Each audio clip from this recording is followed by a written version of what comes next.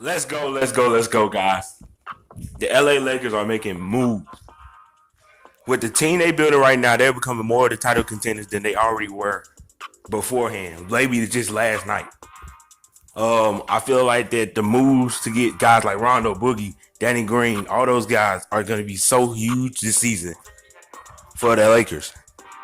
My name is Jace from J World, and I'm going to explain to y'all why I feel like the Lakers' moves are making them instant title contenders more than they already were. You know what I mean? Their moves have been so smart, and people notice them now. Like even like you watch basketball, you should know every move that it made so far is smart. Now the KCP one is kind of a wild one because KCP is not a great IQ player, but he has good defense. I wouldn't say he has great defense, and he has good 3-point shooting. And some nights he's gonna shoot better than he would other nights. You know what I mean?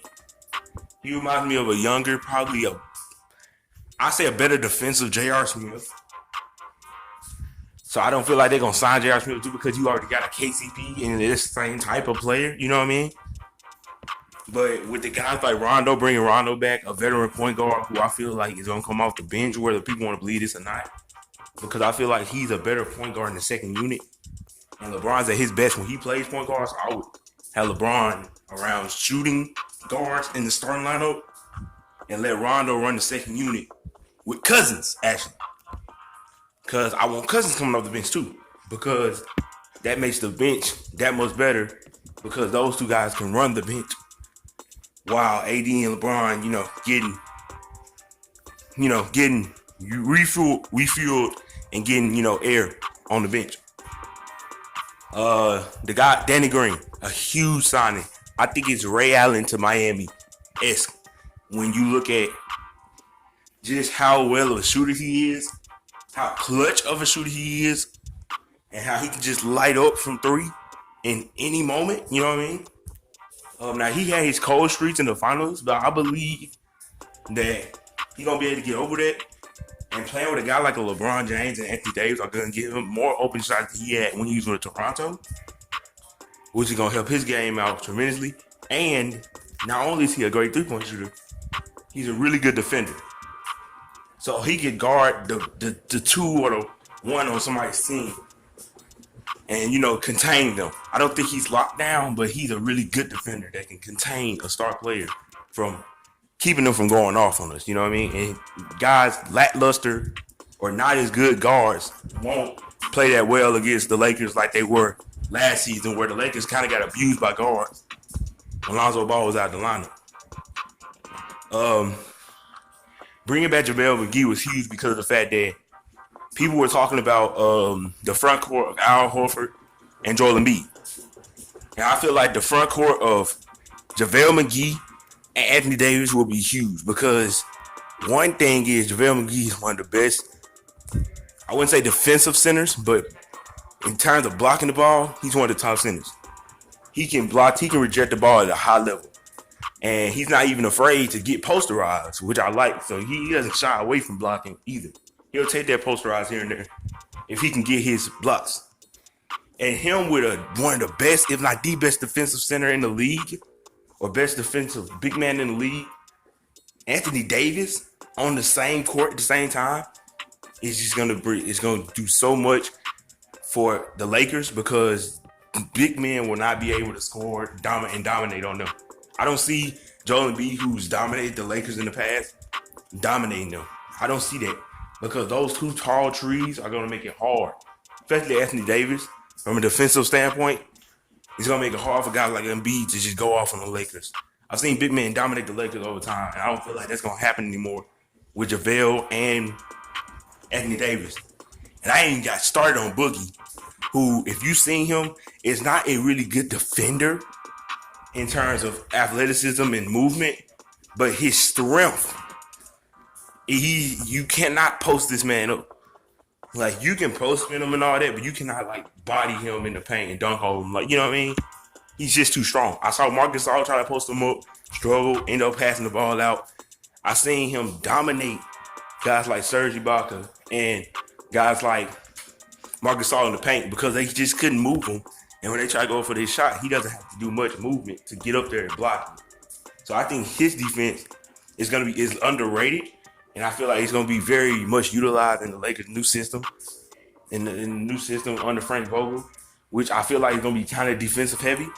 So I feel like I like that. I like that signing a lot because I also think what I said in the Clippers video that Boogie could revive his career in LA because it usually take, like Max Kellerman was saying about KD, it usually take a year after you recover from your ACL to get back to your full self. And Boogie wasn't even healthy last year. He was rehabbing most of that year. So with him coming back next year, I feel like that adds a lot to the team. If his attitude stays in control, which I think it would, because him playing with AD again and him playing with LeBron, I think that's gonna help him out. And I know y'all said, well, he didn't really help him out with the Warriors, but he didn't really get into that much trouble with the Warriors. You know what I mean? It wasn't like Sacramento Boogie where you throwing people on the ground and stuff like that. Like, he would get mad at people, but it wasn't like a huge distraction. You know, he still played ball. But if they can, get his temper under control, which I feel like playing with his old teammates will help him a lot I feel like this is going to be a great move for Boogie. Like, just a great move. The Rondo move. Rondo is such a great point guard, and it showed last season he's so smart. And I feel like him with the Lakers is still a great move because he can come out the second unit and lead the floor with our players. And he's just such a great point guard. He can lead the floor. He can drive.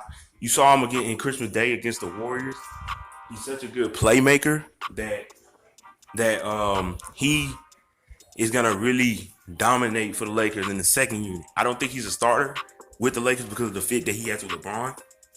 But when LeBron's out and they need a point guard, Rondo's the perfect piece. And I love Rondo with AD and Boogie because it reminds me of what they did with the Pelicans. And that was so functional because of the way that they played together, where like Boogie and AD played their best ball with Rondo because he was so smart, like distributing the ball to them, making those bounce passes and all that to the big men.